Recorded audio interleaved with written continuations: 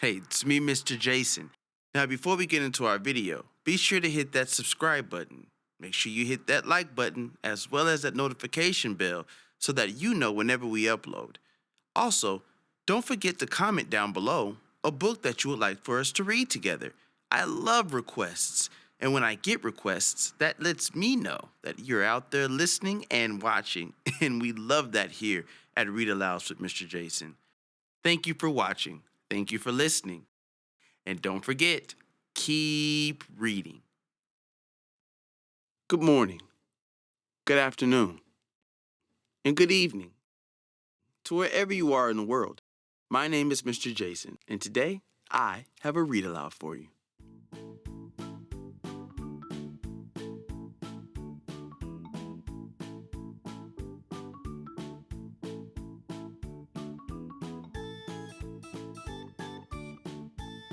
Welcome back to another episode of Read Alouds with Mr. Jason. Man, I missed you guys.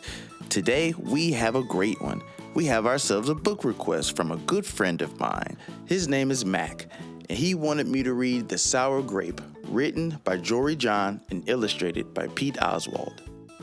The Sour Grape holds grudges for every reason under the sun.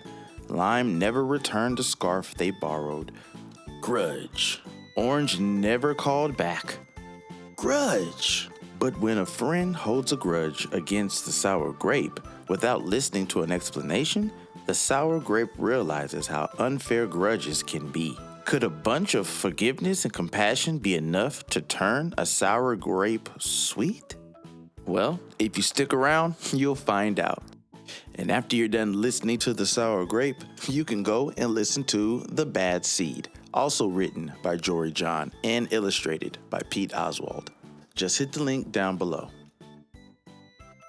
As we read our story, keep those eyes open for the sight words that you see here on our list. Also, for the parents and the teachers that are watching, here are a few key developmental indicators this particular story teaches. So without any further ado, let's get into our story. The Sour Grape, written by Jory John and illustrated by Pete Oswald, and Read Alouds with Mr. Jason. The Sour Grape, written by Jory John and illustrated by Pete Oswald. I'm a grape. A sour grape. Grrr. If somebody upsets me, I'll remember it. If somebody wrongs me, I won't forget it. If somebody insults me, I'll never ignore it. Nope. See that banana over there? That banana slipped and bumped into me, so I'm holding a grudge. See that orange? That orange didn't call me back for a week. Grudge. You see that lime? That lime borrowed my scarf and never returned it. Grudge. I suppose I've got pretty thin skin for a grape. Nobody steps on this grape. Grrr. Granted, it wasn't always this way. I grew up in a close-knit bunch. There were about 3,000 of us in our little community. We were sweet to each other. You look nice today. So do you. No, you do. We all lived on a vine. Sure, it was a bit claustrophobic, especially when we were trying to get ready in the morning. Are you done in there? Come on. But my family was ripe with humor, goodwill, and warmth. We did our best with what we had. Are you gonna finish that? My grandparents visit on the weekends. We'd stroll in the sun and they'd teach us what they knew. They said it takes a bunch to raise a seed. They said good grapes roll their own way in life.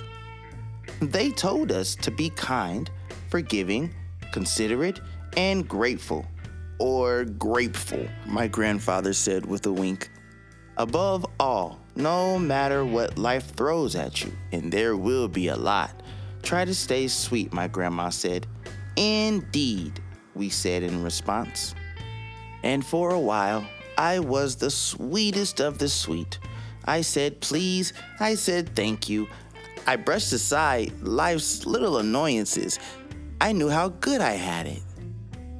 Oops. No problem at all. But then, one day, something changed in me. It was my birthday. I had rigorously and vigorously planned a big party for weeks. I'd send out invitations with the date prominently displayed. Get this, I had a Ferris wheel, a magician, and hay rides. I had snacks upon snacks upon snacks. The highlight of the party, though, was a fireworks display, which would happen at sundown. I stood out front and waited for folks to arrive. I had a gigantic smile on my face. I waited. Everybody was a little late, it seemed. No big deal, no big whoop. So I waited. A tumbleweed rolled by. A coyote howled in the distance. The sun sank behind the hills, and I waited. Nobody showed up, and I mean nobody. By the time the fireworks show started, with me as the sole spectator, I was scowling. I considered everybody I'd invited, and only one thought came to mind. Grudge, grudge, grudge, grudge, grudge, grudge, grudge. After that, my personality became something else entirely. I went from a sweet grape to a bitter grape to a snappy grape. Who moved my chair? Finally, I became a sour grape. I started holding minor grudges that eventually became major grudges. Why don't you watch where you're going? I scowled so much that my face got squishy. You know what? Don't even bother calling me back. I took my grumpiness out on others. Are you ever going to return my scarf? And that's just how it's been. Day after day, week after week, month after month, grudge after grudge. But something happened recently that changed my thinking. I was getting ready to meet up with a friend, Lenny, the only fellow I know who's as sour as I am. Lenny and I usually go to the park where we sit on a bench and rant about stuff. But just as I was heading out the door, I bumped my knee. After I bandaged myself up, I discovered I had a flat tire. Then I missed the bus, and the next bus was late. Finally, I got off at the wrong stop. By the time I arrived at the park, it was getting dark. Lenny was fuming and furious with a frown and a furrowed forehead. His face looked all squishy. We agreed to meet at exactly 4 o'clock. You're 3 hours late. I tried to explain why I was so tardy, but Lenny wasn't listening. He'd already made up his mind. He'd formed a huge grudge, and he wouldn't budge. I couldn't believe it. How unfair, I thought. How ridiculous, I thought. How similar to the way I would react. Lenny was pretty worked up. He was pacing back and forth, emitting occasional grumbles. His tone was tart, so I gave him a little space. Besides, it was nice out. I noticed the cloud changing colors, the melodic chirping of the birds, the evening breeze, the buzz of the park's insects coming alive at night. I suddenly felt grateful and peaceful and calm. I had been missing all the simple beauty because I was too busy complaining. Meanwhile, old Lenny stormed off, muttering something about disrespect and a lack of consideration. I'm pretty sure I heard him add a grr too. I walked home. I pulled a dusty box out from under my bed. There were old family photos inside. I spotted myself in one of the pictures. I was so sweet. I knew that little grape from the photo was still a big part of me, deep down. it would just take some work to get back there again.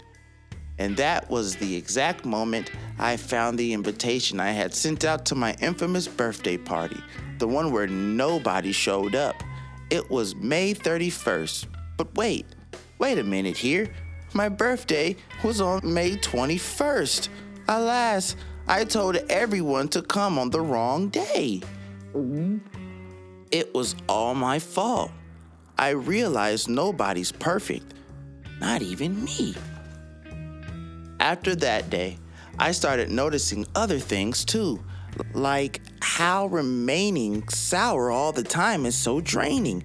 I'd wasted so much energy holding grudges when I could have easily cleared the air if I'd felt hurt.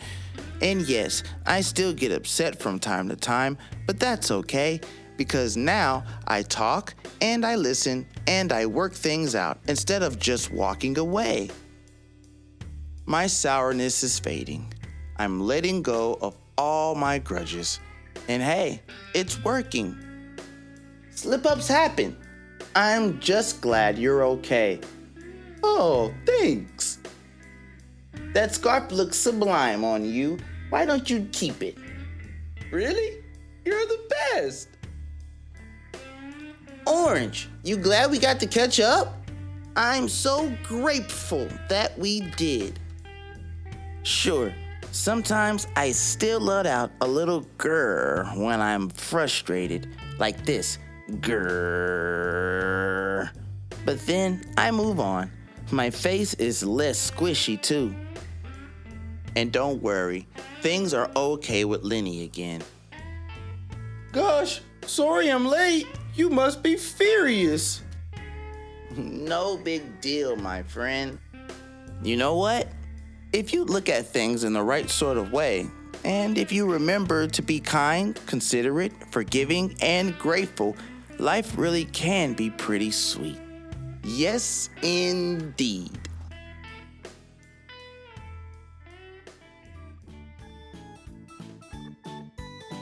Well, how'd you like that story? The Sour Grape understood that him holding grudges can sometimes backfire, because just as you can do to someone, they can also do to you. And we only really know how it feels when we're in the opposite position. So be sweet to everybody. Make sure to be considerate, be forgiving, and most definitely be grateful. Thank you for listening. I had a blast reading with you, as I always do. While you're here, make sure you like, make sure you subscribe, comment a book down below that you would like for us to read in our read-alouds together, just like my friend Mac, and continue to share. And be sure to check out The Bad Seed, also written by Jory John and illustrated by Pete Oswald. The link is down below in the description. With that being said, I can't wait to read again with you soon. And don't forget, keep reading.